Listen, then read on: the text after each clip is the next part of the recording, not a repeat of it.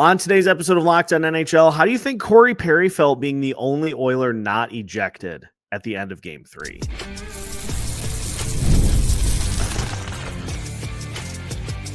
You're Locked On NHL, your daily podcast on the National Hockey League.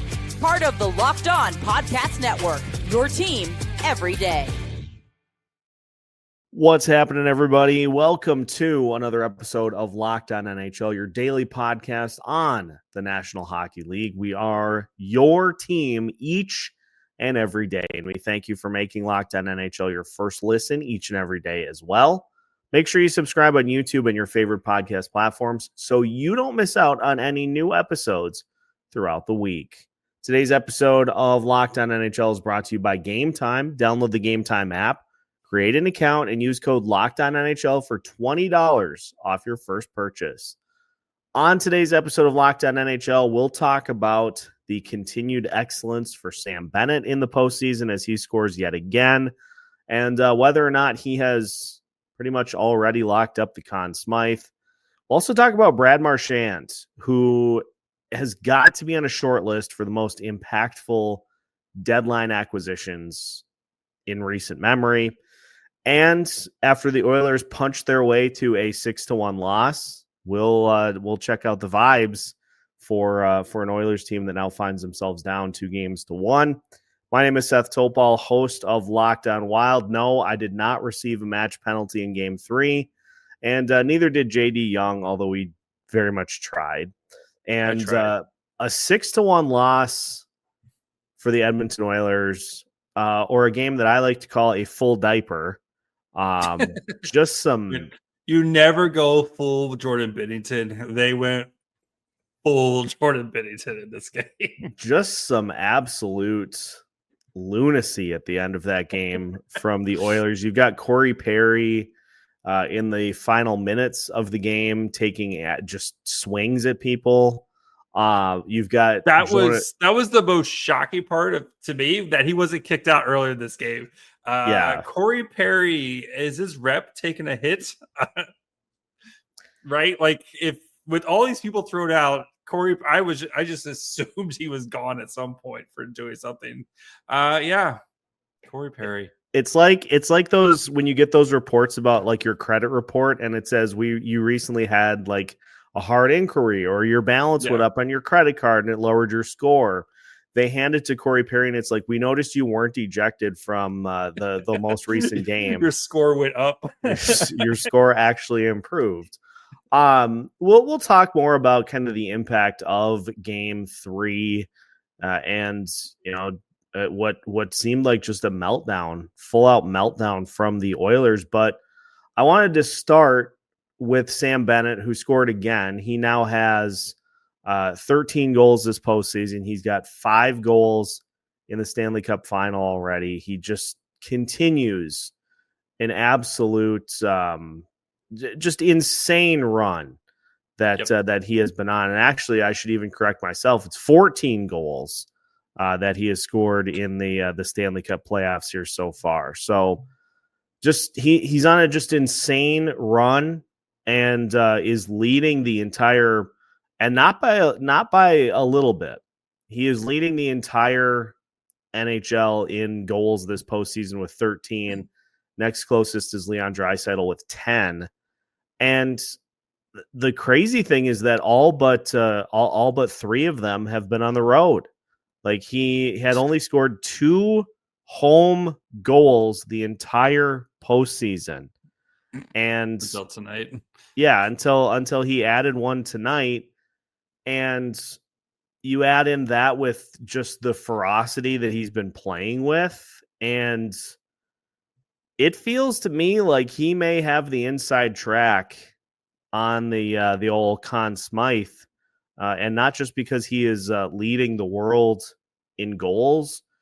He just continues to be just a menace for the Florida Panthers as these playoffs continue. Yeah, I mean, according to our friends over at FanDuel, he does have the highest odds right now at plus 190. McDavid's next at 230, Brad Marchand at 390, Bobrovsky at 600, Draisaitl plus 1,000, and Barkov at plus 2,900. So, yes, I think you have to agree. And we know FanDuel, they don't want to lose money.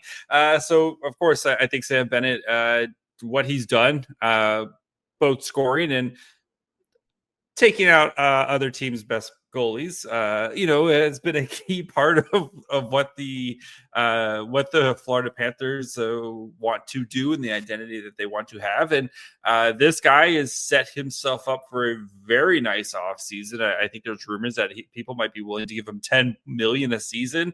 I still think he goes back to Florida. Like it's very much a perfect fit. You are starting the $10 million a season rumors to the Minnesota Wild, but yeah, we're gonna give him 12.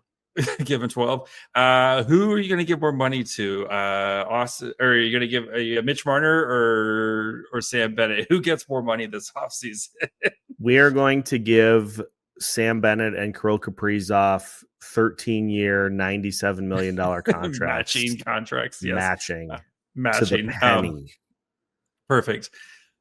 But yeah, like he's been outstanding, and for a guy who just kind of came in, fit a role that the Panthers wanted, and he has taken that job and that role, and you can easily say made the most out of it. But yeah, I mean, 19 points in 19 games for him this year, and even like the points, like the goals you mentioned, yes, on the road, but only 4 of his 13 have come on the power play. It's not like he's just like some power play merchant. This guy is scoring at even strength, and you saw it tonight where as soon as the Oilers, they start to kind of get some momentum, what do the Panthers do? The Panthers just score again to kind of crush any of that. And Sam Bennett's been a big reason for that, and how the Oilers how the Panthers have played.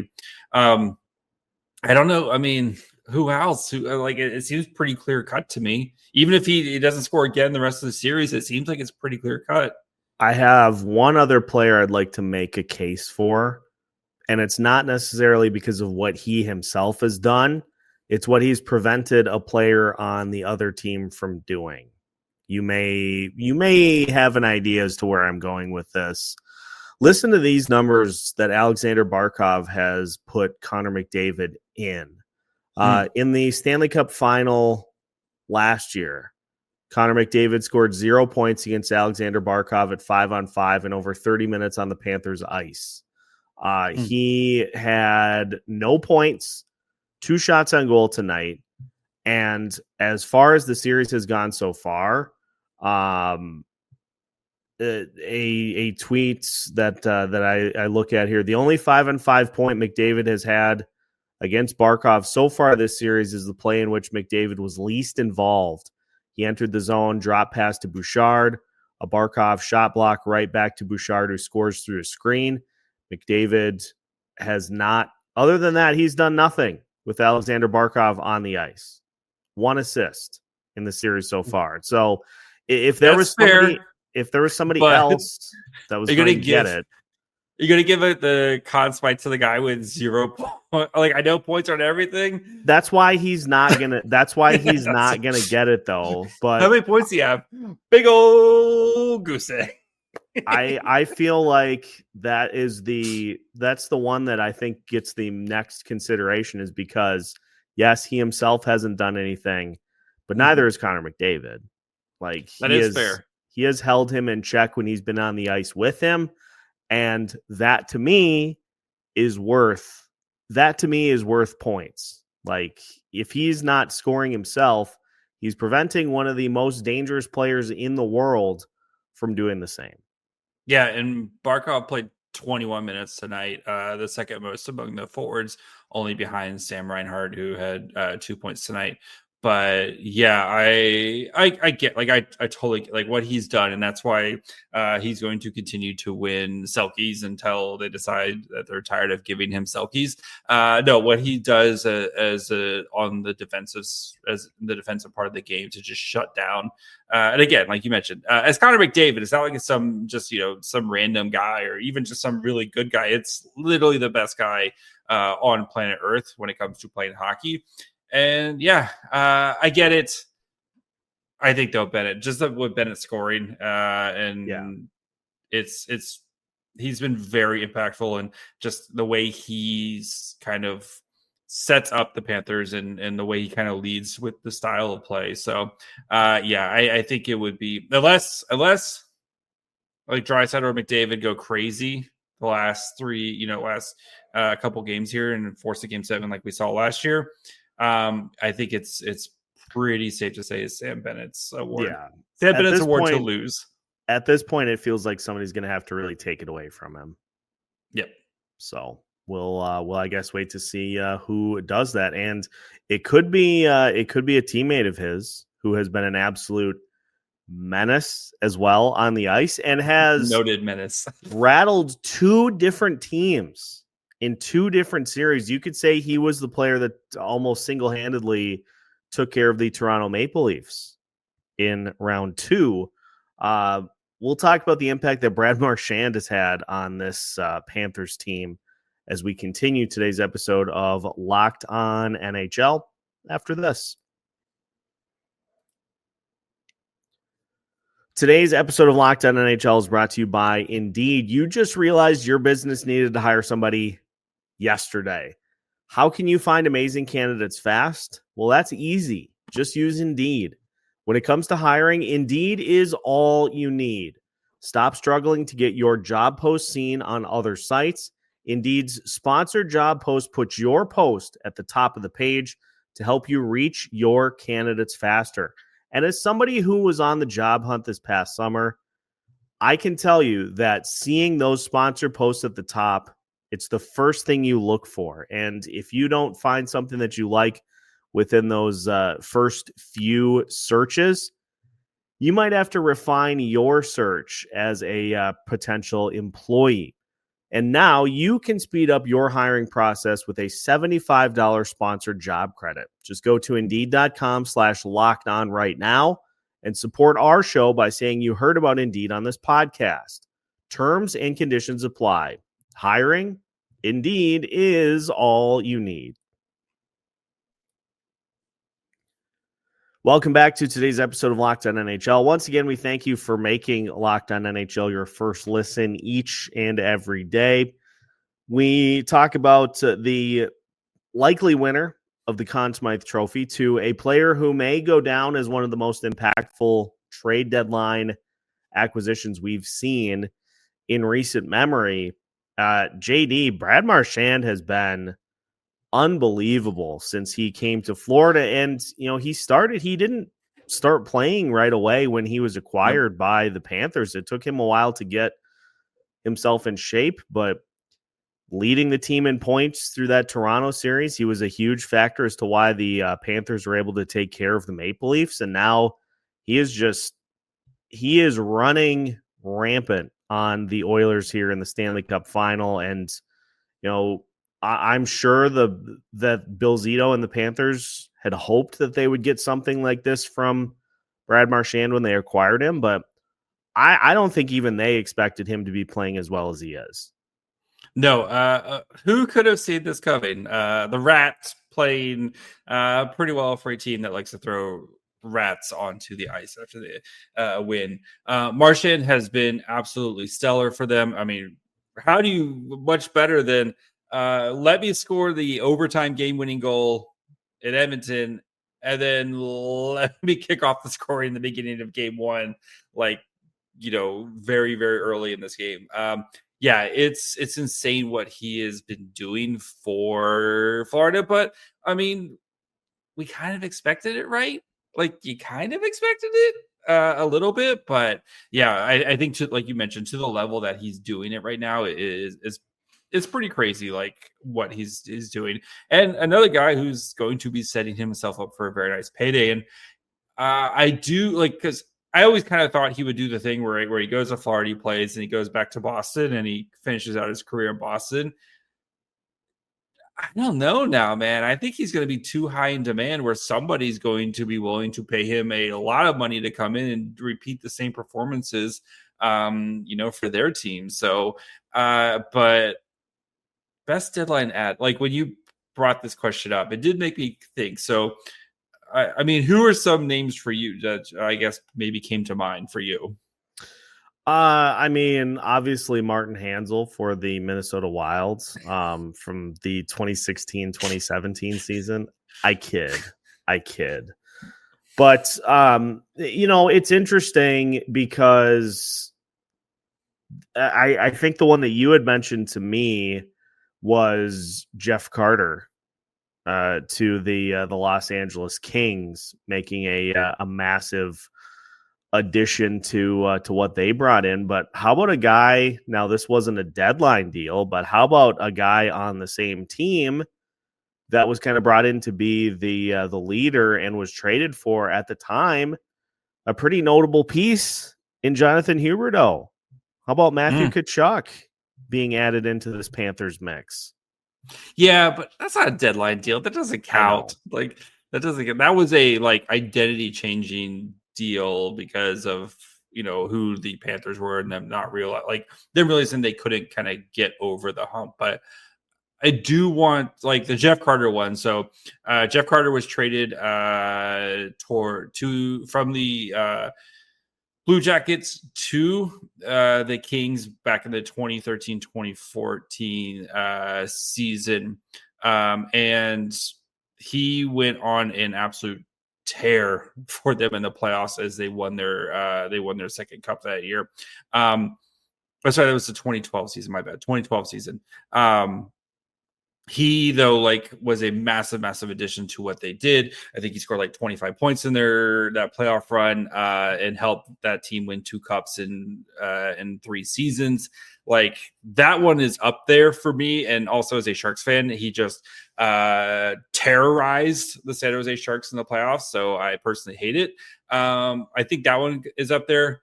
Of course, the one, the greatest one of all, though, is Ray Bork, is the one that brought Ray Bork to Colorado. I don't think you can classify that as recent history, but that's I think we'd be remiss if we didn't mention Ray Bork coming to Colorado, playing 40 minutes a night as a 38-year-old and being super awesome. And of course, the image of him getting the cup handed to him right away. But yeah, those were the Jeff Carter one, though, definitely stuck out to me as just that one. And then he stuck around, and yeah.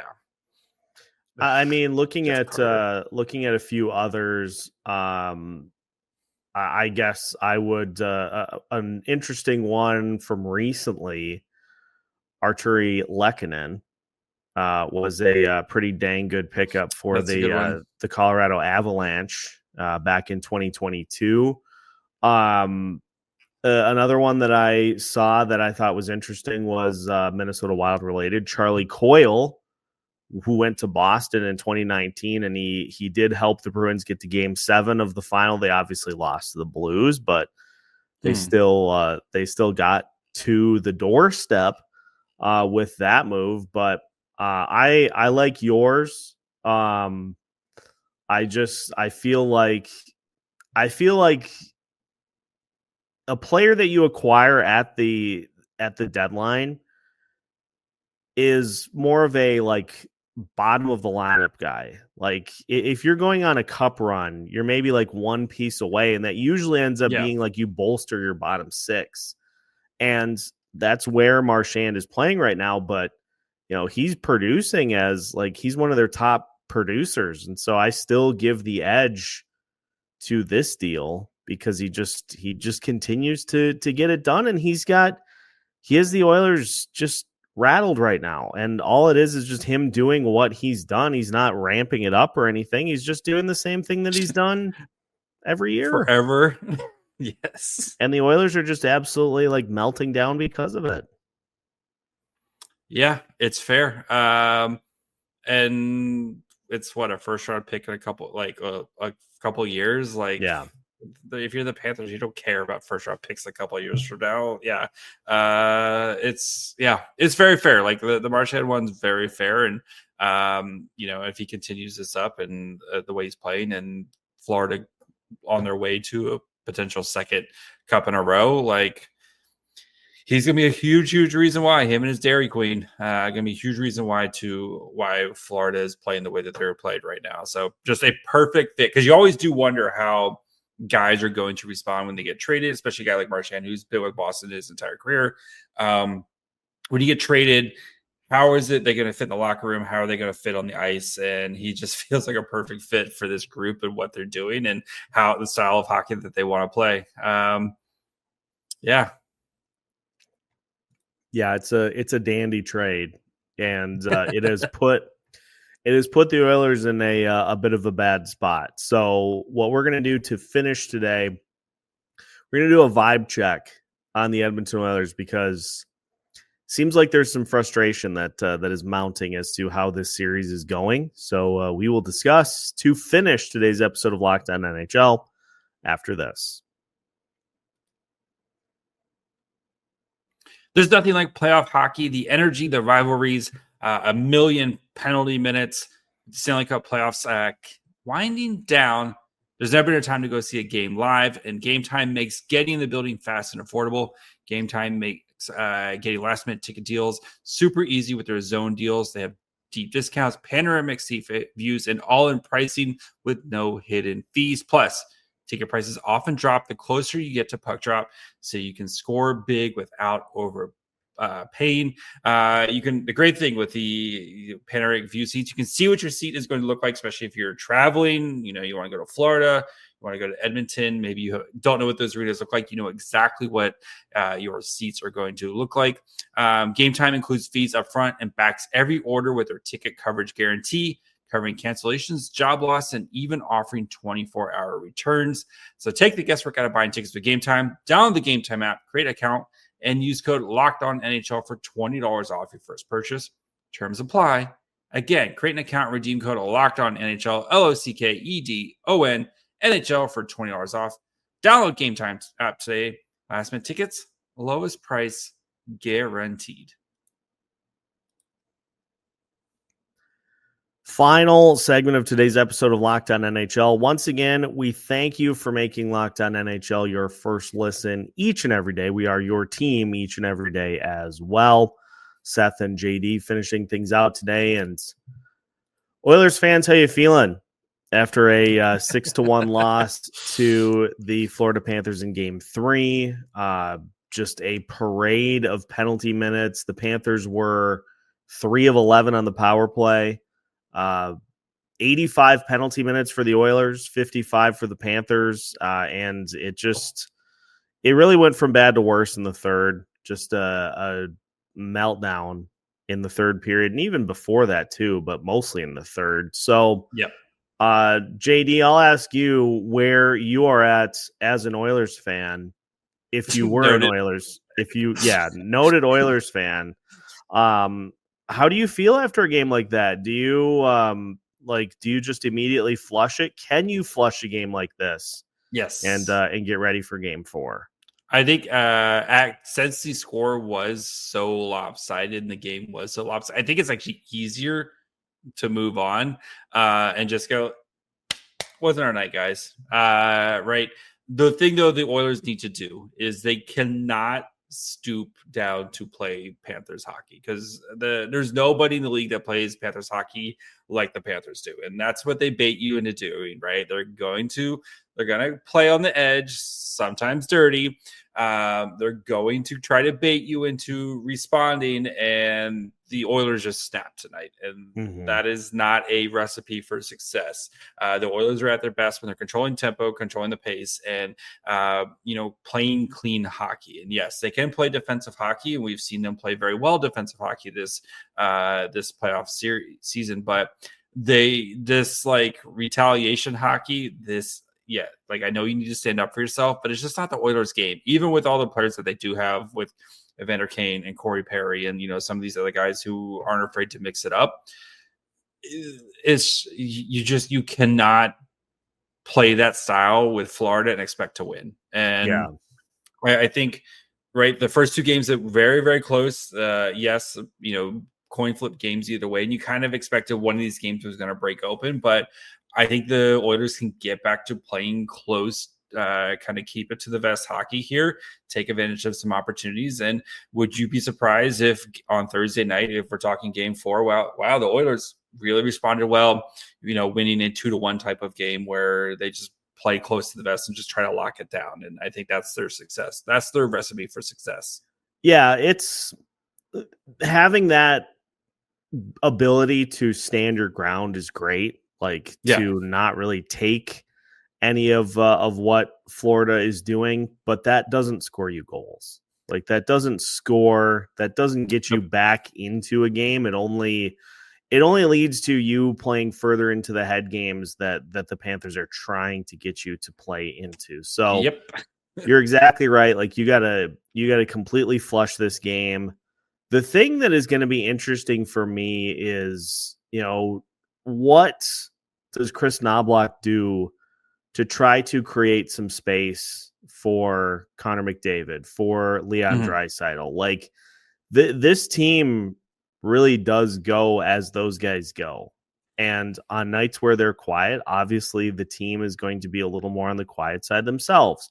So how do you bounce back? Like, I know Evan Bouchard is a great defenseman, but when he has 9 shots and Connor McDavid has 2, like, I would try to find a way to just, let McDavid operate and try to get him really on the attack against this Panthers team. Now it's easier said than done, but there are some things that they can do to try to get McDavid away from Barkov, and just you got to just start kind of chess matching it a little bit to create some opportunities for McDavid to really take this game over. Because as good of a lineup and as good of depth as the Panthers have, they do not have a Connor McDavid, and all he needs is just one shot or one rush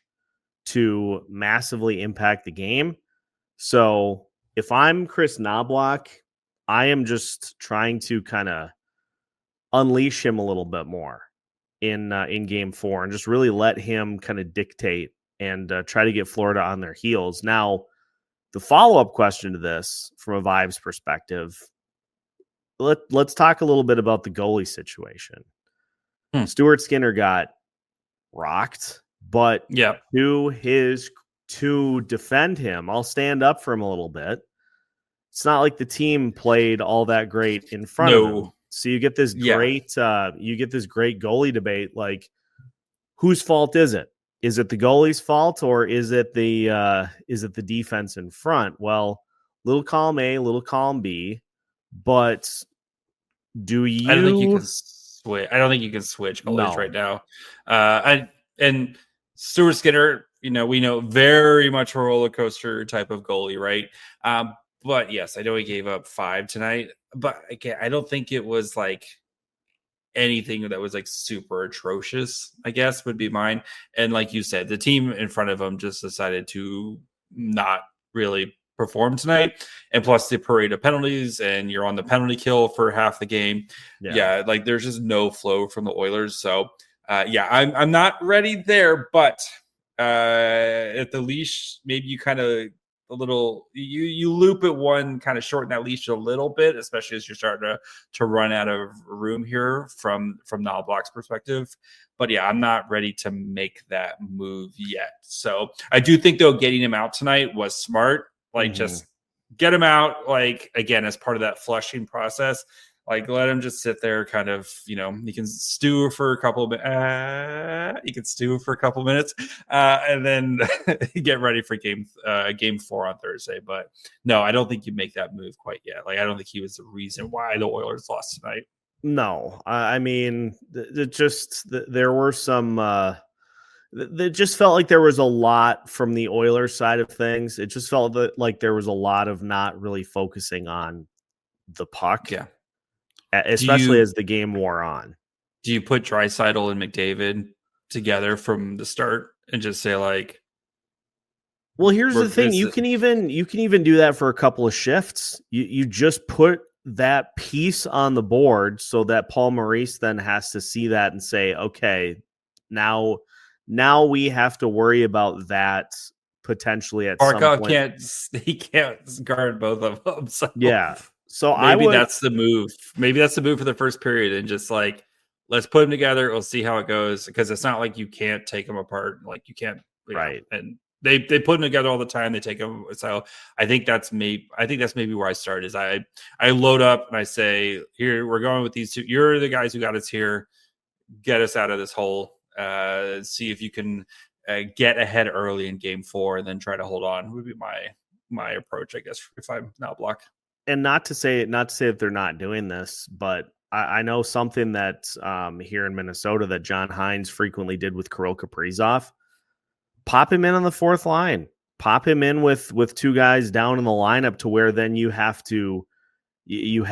Paul Maurice having to make a choice. Double shift. Like, okay, do I throw my top line out against these guys and then have Edmonton come back and say, okay, we're going to pop our 2 top line players out there with McDavid for the next shift. And it's all about the mind games.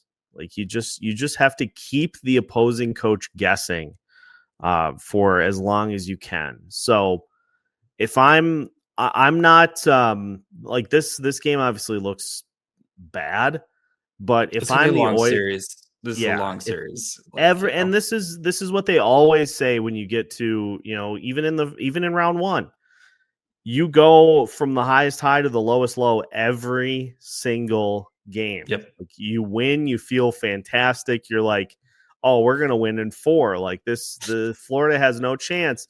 And then you lose, and you're like, are we ever going to win a game again? They're never going to win a game again. So, like, if I'm the Oilers, I just look at this as an opportunity for Chris Knobloch to do some things, to go into his bag of tricks, and to try to outduel the ultimate tactician in Paul Maurice.